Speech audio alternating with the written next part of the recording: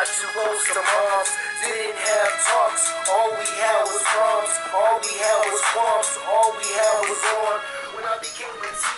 Good evening, everyone. Welcome back once again to Vicious Rants. And of course, I am your host, your YouTube messiah, and often imitated, never duplicated superstar Tim Vicious. We are talking about the Royal Rumble. It was in Florida, was in Orlando. We're going to be talking about that. We will bring up points from the Fallout Raw when it ties in with the pay-per-view, like I always do for y'all. Now, first and foremost, overall score for the show. I give the pay-per-view itself a good solid 7. You know, and here's the thing. A lot of people were disappointed on how the end of the show, on how the end of the Rumble came, and I will get to that when the time comes to it. But much like I said last year, with all these freaking kids doing that whole Smarky McSmarkerton shit, doing oh, we're gonna cancel the network now because the guy we wanted to win didn't. To which all I have to say is, oh, did somebody not get what they wanted? Seriously, kids, grow the fuck up. Now, I'm going to get into that part when I go and talk about with the Rumble, but I'm getting that out right there first and foremost because last year, them kids pissed me the fuck off. This year, they did it just as bad.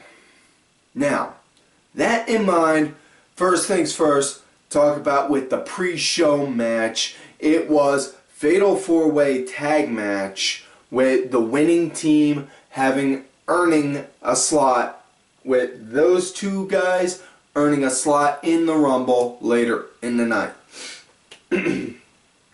Teams are the Dudley Boyz, Mark Henry, Jack Swagger, Damien Sandow and Derek Young, and the Ascension. So you can already scratch the Ascension off the bat.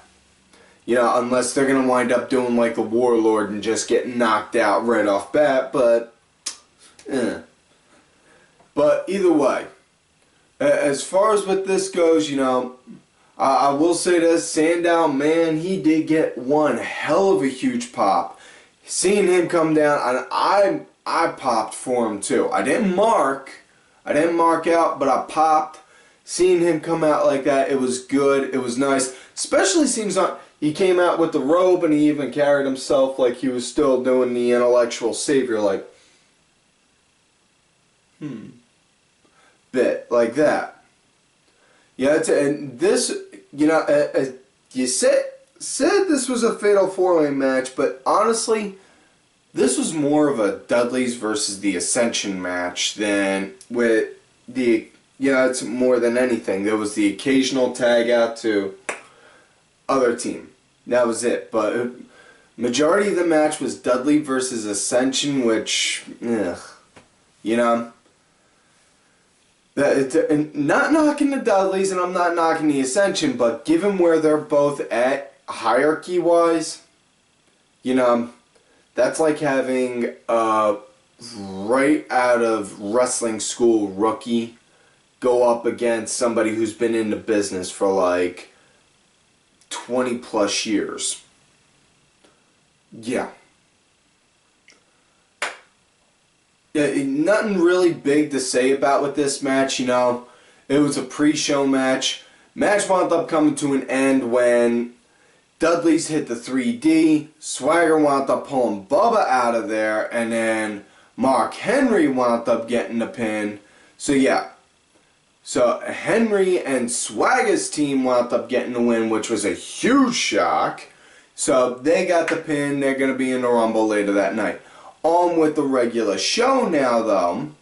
We now have Dean Ambrose going up against Kevin Owens, Intercontinental title match, in a last man standing match. Y'all have watched this show, you know I am not a fan of last man standing matches. It is my least favorite gimmick match because the whole, on paper, the concept of last man standing is really cool and sounds amazing. You gotta beat your opponent to a pulp to where they can't get up for a 10 count, but then you have to sit there and wait that 10 count, and you're just like, 1, 2, 3, 4, you know, like that.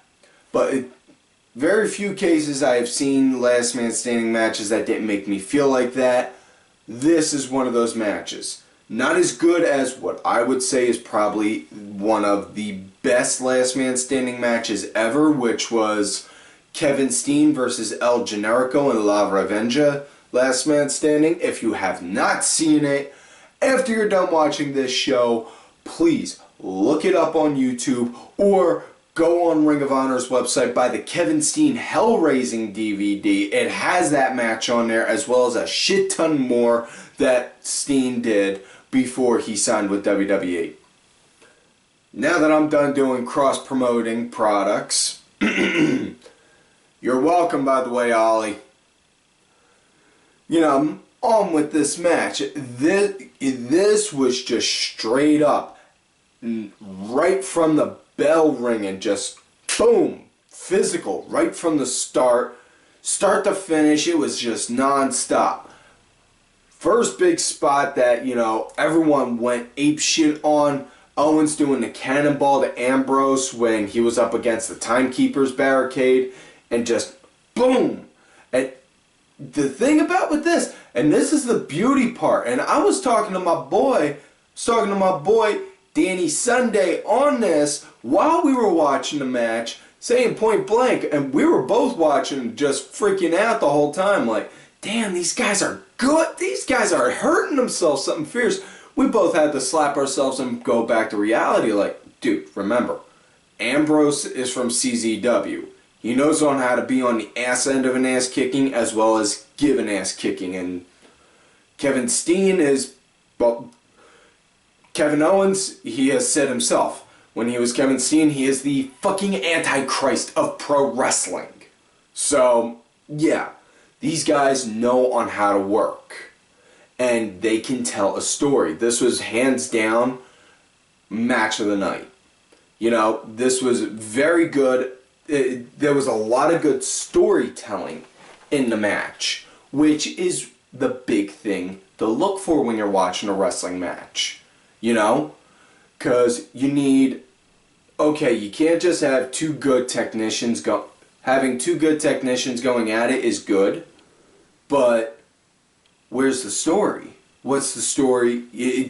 Have them tell a story while performing. There you go. That's wrestling right there. You know? I mean, this was just non-stop, and yeah, this was just pure awesome and great, you know? And that freaking Owens getting back body dropped onto chairs was nuts. The fact that also, you know, freaking breaking the Singapore cane in half and jabbing the broken ends right into Ambrose's ribs, just showing he's not showing the violence and brutality that everyone who knows Kevin Steen is fully capable of. You know? And before any of you who have not seen Kevin Steen make the argument of saying, oh, well, this is a PG show, so, you know, they had to tone it down. No. Trust me. Kevin Owens wrestled in Ring of Honor. Ring of Honor's television show is PG. Their pay-per-views can be TV-14, but their TV shows are PG, and he did TV show and he did matches on the TV tapings just as brutal. You know, not to just sound like I'm stroking Owens' ego, but Ambrose, he was on point also with it, fighting the whole time, you know, beating the shit out of him every which way he could, you know. I mean, freaking hitting the dirty deeds on Owens on a chair, And think about this for a minute. Dirty Deeds, it's an underhook DDT, you know? And DDTs are bad enough as it is because you gotta hit right up here or right here, depending on what kind you do. And the Dirty Deeds is right here. You're getting that right on the steel chair. Bam! Dude, that hurts like hell. That's gonna hurt like hell. And the fact that, you know, it's doing that, it showed. It showed a lot of good. You know, it showed Ambrose not just doing that insane, you know, insane lunatic fringe kind of gimmick that he has, but it showed that he's not, that, you know, as everyone knows, he's willing to go and fight dirty and go and hurt someone if he has to. You know? But yeah, as the match went on, you know, it just was just non-stop. You know, these guys threw everything at each other short from the kitchen sink. Match wound up coming to an end. Earlier on in the match, Owens stacked a table on top of a table, in which case, you know, when that happens, you know a double table spot's going to happen and someone's going to be hurting the next day. On how the ending came, Owens had a set of chairs laid out, laid Ambrose on them, went up to the rope, looked like what he was going to do was do a moonsault or something onto him, but as soon as he got up, Ambrose just hopped off those chairs, threw Owens off, landed onto the tables, and the whole time everyone's just like, holy shit! And just hearing that, and got the 10 count, Ambrose won, so Dean Ambrose is still your Intercontinental Champion. Now, next matchup. Now, I will say this first and foremost. Next matchup, it was New Day versus Usos.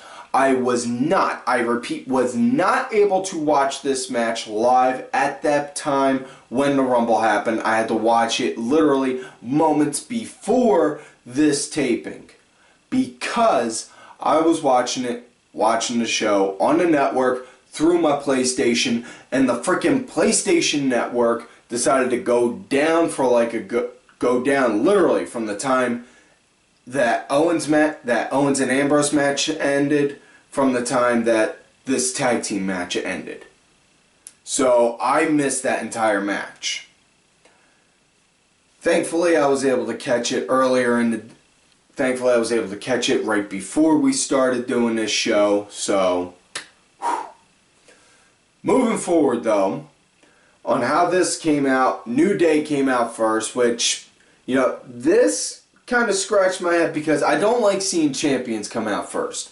If you're doing a title match, have the champion come out last because the person that's going against the champion is the challenger, and the challenger is supposed to come out first. It's a matter of old school and tradition on that part. That's me anyway. That's my 2 cents on that. They came out, asked everyone if they could just mourn for their loss of Francesca, which still mourning over. Just give me more. Okay, I'm good now.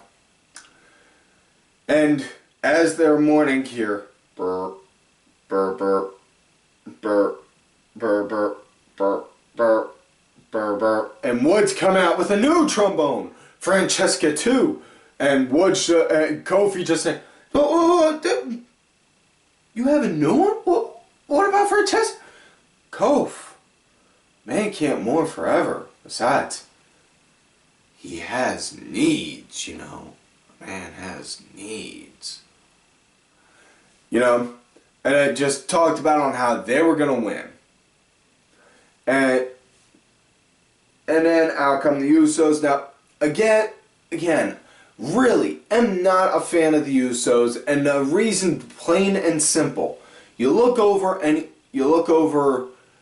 this match last night with the Usos versus a match from the Usos 2 years ago, it's going to be the same exact damn match because of the fact that, honestly, and the Usos pretty much just work as like freaking spot monkeys, you know? Super kick, suicide dive, stink face, superfly splash. That pretty much describes their entire moveset. They don't do anything different short from throwing out a couple punches. You know, you're going to be a wrestler, you build your repertoire. Build your repertoire. You know, the boss man says, all right, well, we want you to work like this. Okay, work like that, but don't be afraid to throw in something different than you normally do in a match. It's needed.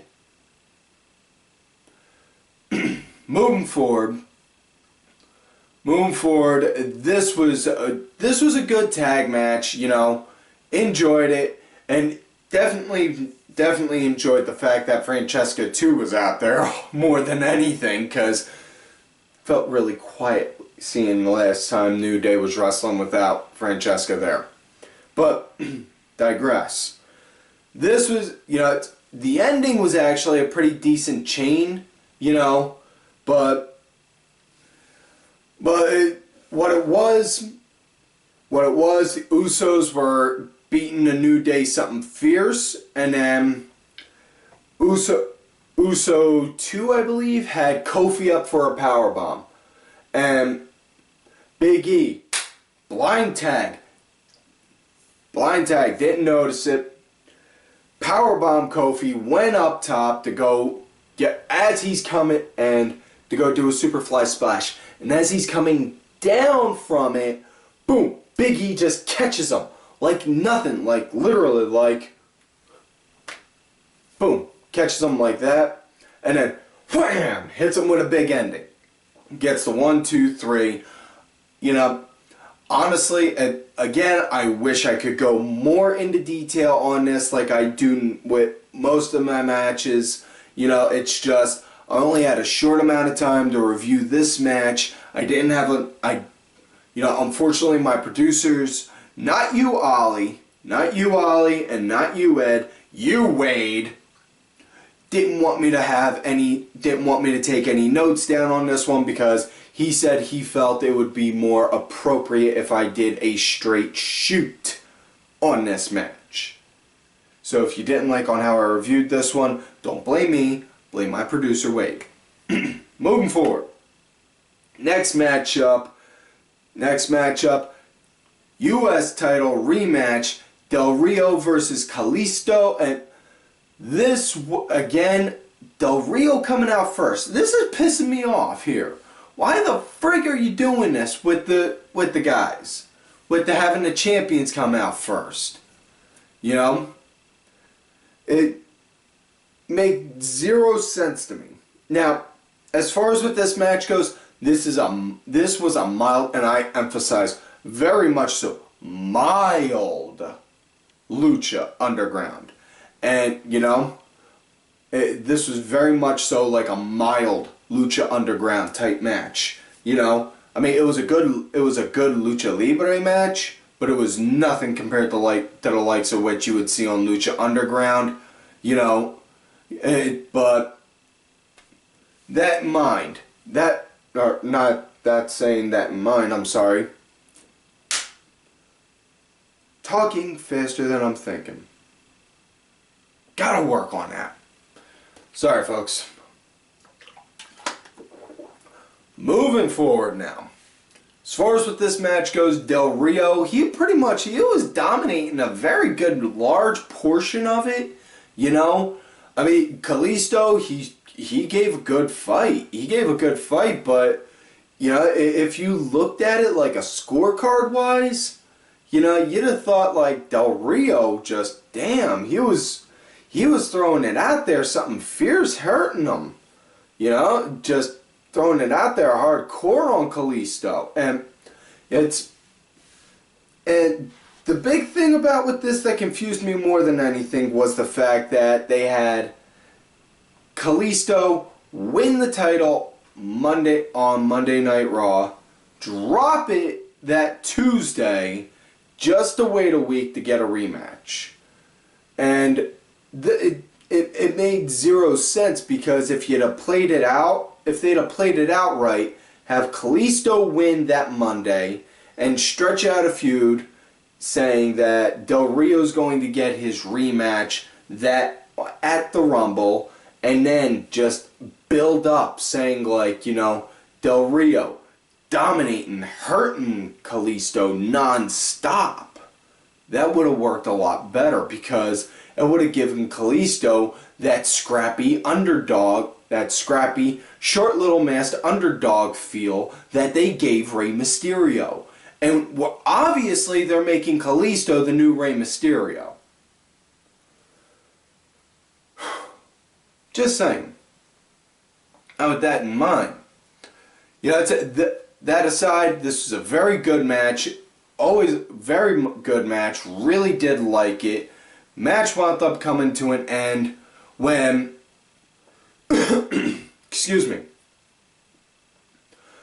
Match wound up coming to an end when Kalisto got the win. It was a Hurricanrana, you know, wound up getting turned, wound up getting countered, and Kalisto wound up being able to hit the SDS of Selena del Sol, got the 1, 2, 3, so now he's a 2-time champ.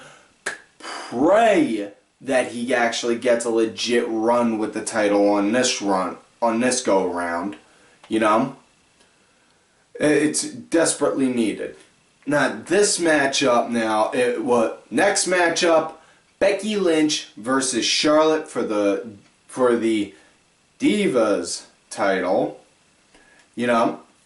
And this match had a really good, solid feel, and Becky, she just came off really good, really solid and strong.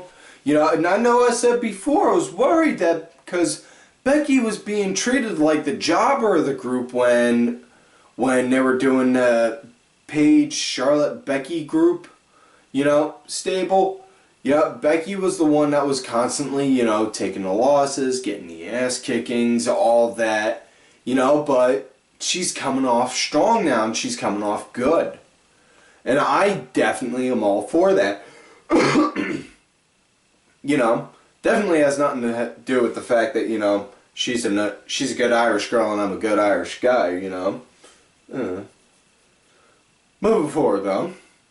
Now, it's probably one thing that definitely made everyone's jaw hit the floor right off bat was, you know, Becky knocked Charlotte out on the outside. She was right there next, you know, right out of nowhere. Flair turns Becky over and then just grabs her and just like, yeah, dude, ugh. I mean, that's like the equivalent of seeing like your grandfather like go and grab your girlfriend and shove his tongue down her throat. Just get, no. Oh, I'm starting to get dry heaves out. Oh, that was nasty. That's a nasty thought.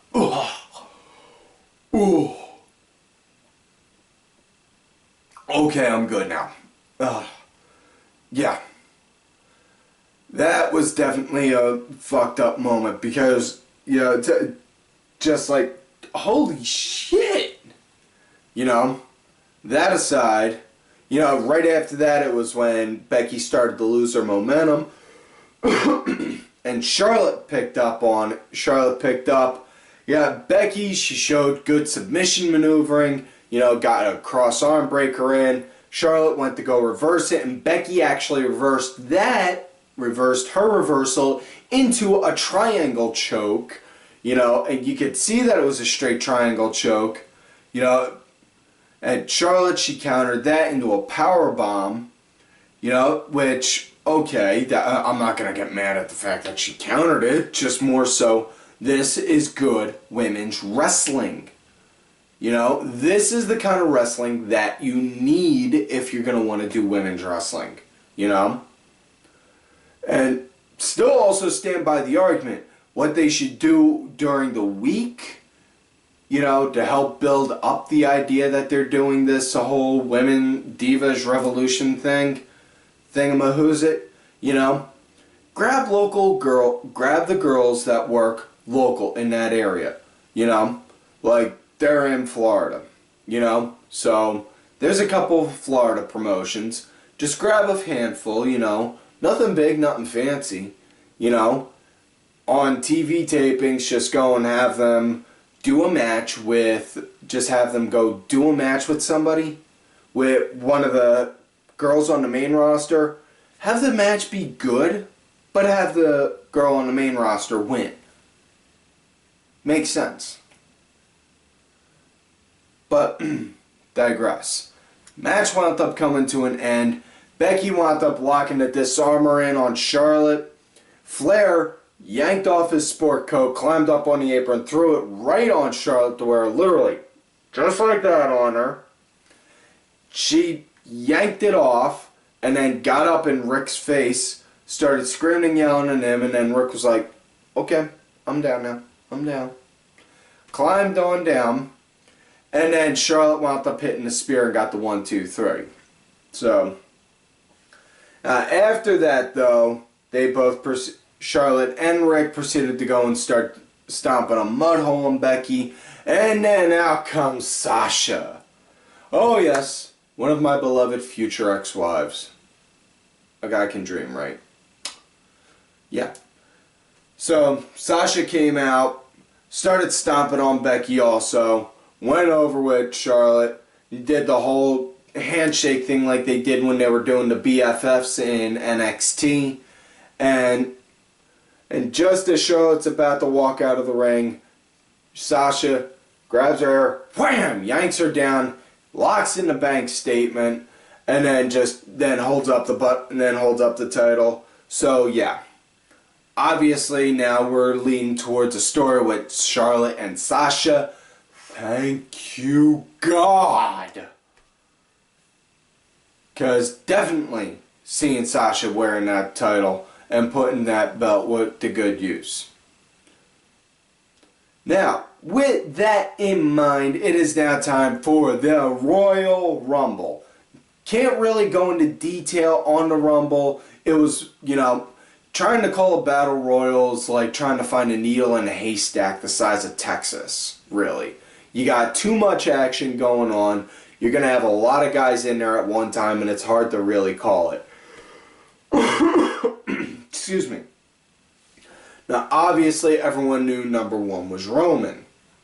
Now, the big spots that your beloved host here popped for more than anything, you know, number two, not so much because of the entry, but more so who was with the entry. Rusev came out, and with Rusev out comes Lana, so, haha. Oh yes. Lana came out, good to see her. Lana was there, so, and then number three. Freaking AJ Styles. AJ Styles came out, a long-awaited debut. Oh my God. The crowd went nuts the second he came out. And I'm not saying this as a knock on Roman, because Roman is starting to rub off on me and I'm starting to dig him now, but he just had that look on him like, fuck. And damn, that was it right there. You know? It's you know, number 30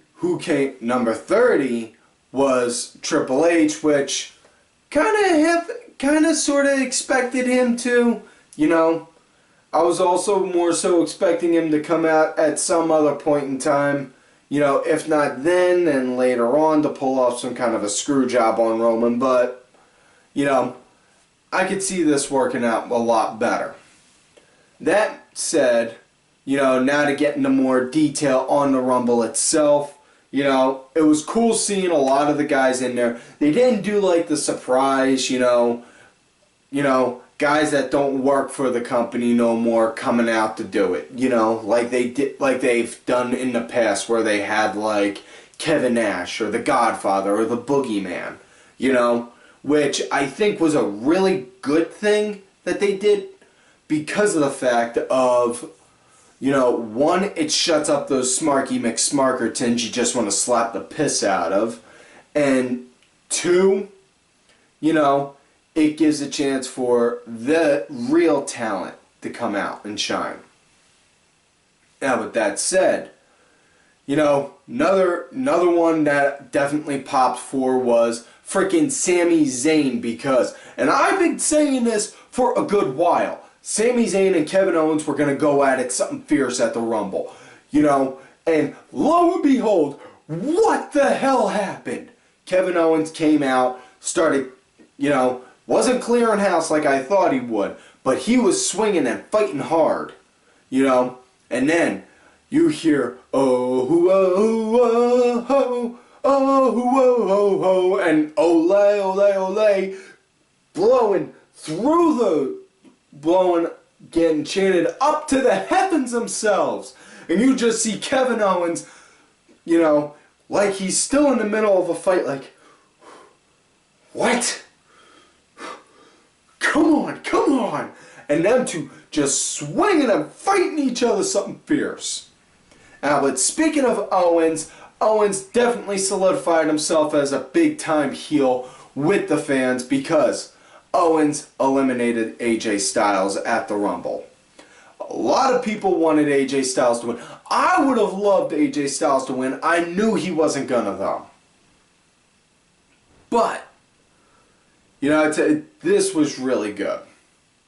Yep. That and when frickin' Brock Lesnar came in, you know, he eliminated all of the Wyatt family. And not only that, just the frickin' way he was just fighting, you know. He was like a truly once-in-a-lifetime type athlete because, you know, doing a running knee strike right to Braun Strowman. And I'm not just talking like he ran and then just boom, lifted his knee up. No, he ran and jumped in the air, wham, knee right to him.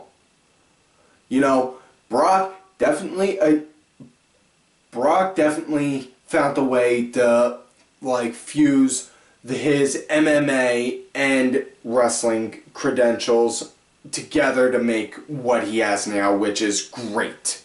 You know?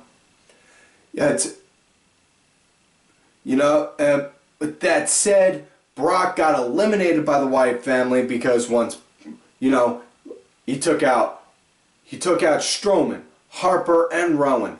Once Bray got in there, they had that stare down. Next thing you know, those three guys, they just climbed around, climbed back in, and just beat the shit out of him and then eliminated him. Now, with that said, the final four of the Rumble was Triple H, Sheamus, Dean Ambrose, and Roman Reigns. Now, it should be noted, Roman Reigns while Roman Reigns was number one in the Rumble, he did not fight during the entire Rumble. He was in there for a good bit, and then the League of Nations came out, beat the shit out of him, and, you know, and I mean like beat the shit out of him, to where he had to get taken to the back. And then when Sheamus was due to come out later in the show, boom, that's when Reigns came back out. You know, so it was a good way to play that. Reigns, you know, got that burst of energy, got that second win, and was saying, you know what, I'm not going to go down like this. I'm going to beat these motherfuckers. You know? But, anyways, Roman eliminated Sheamus, and then Triple H eliminated Roman, and Roman just had that look of, what just happened? And then it came down to between Dean Ambrose and Triple H, which the second you saw that, we all knew on how this was going to go down. You know, long story short, Triple H won. I, for one, am not mad about the fact that Triple H won. And you think about it. This was building up for a long time. You know? You know, we'll even say like back to when in November when they started doing the Survivor Series tournament, you know, when with Triple H saying to Roman, you want this? You can have it. You just got to work with the Authority. No. And Roman just doing, no. I don't do well listening to Authority. You know? And then proceeding to then TLC. Beating the shit at TLC, should say. More so, beating the shit out of Triple H at Survivor Series when he lost it. Or not at Survivor Series, yeah, TLC. See, I'm getting my own shit's fucked up. Sorry. But he beat the shit out of him. And then, you know, getting screwed over like this. So, it's going to wind up eventually going to... It's looking like it's going to wind up leading to Reigns versus Hunter at Mania, to which then Hunter's going to wind up putting Reigns over.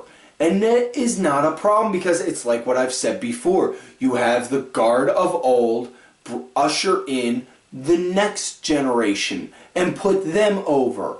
Because, you think about it, look at Triple H's credentials. 14-time world champion now.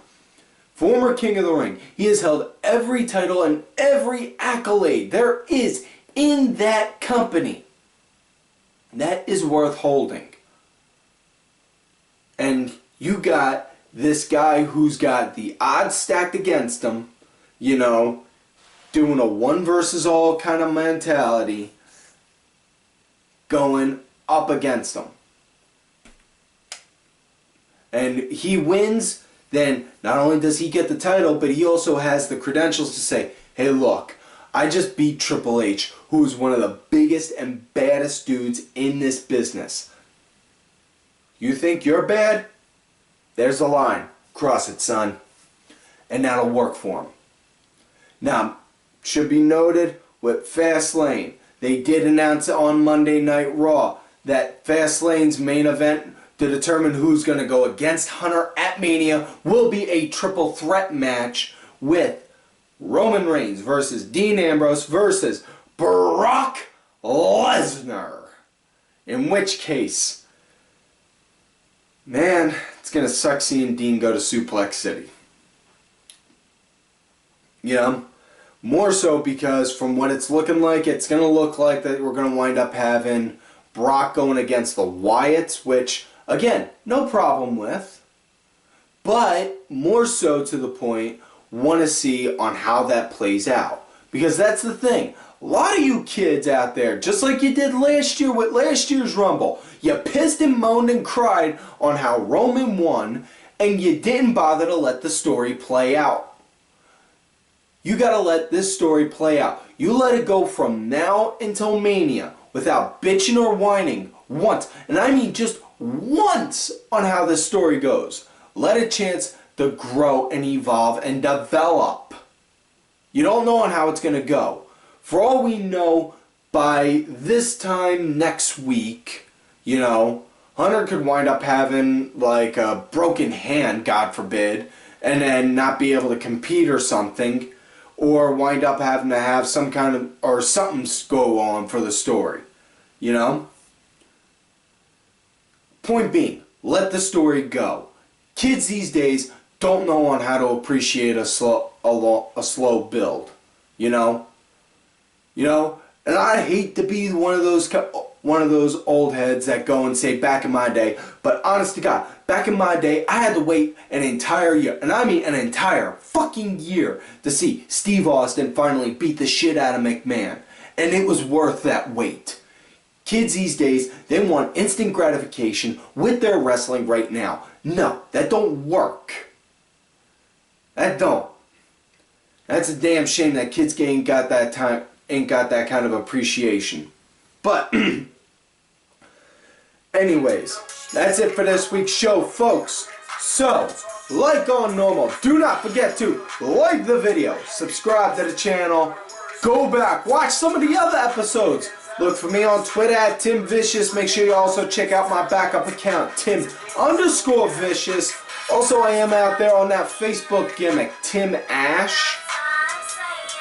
Also, folks, do not forget to follow all of these cool-ass cats right here on Twitter. Vicky Earls, I am Danny Sunday, Axel Mulligan, Sunday Segway, Sinfully Sabrina, Cranky Asshole, Aaron_Deborah, Oliver Ben, Just a Stupid Mark, as well as my client, who, as I have said before, is the true Raw General Manager, Bronx Bitch Forever.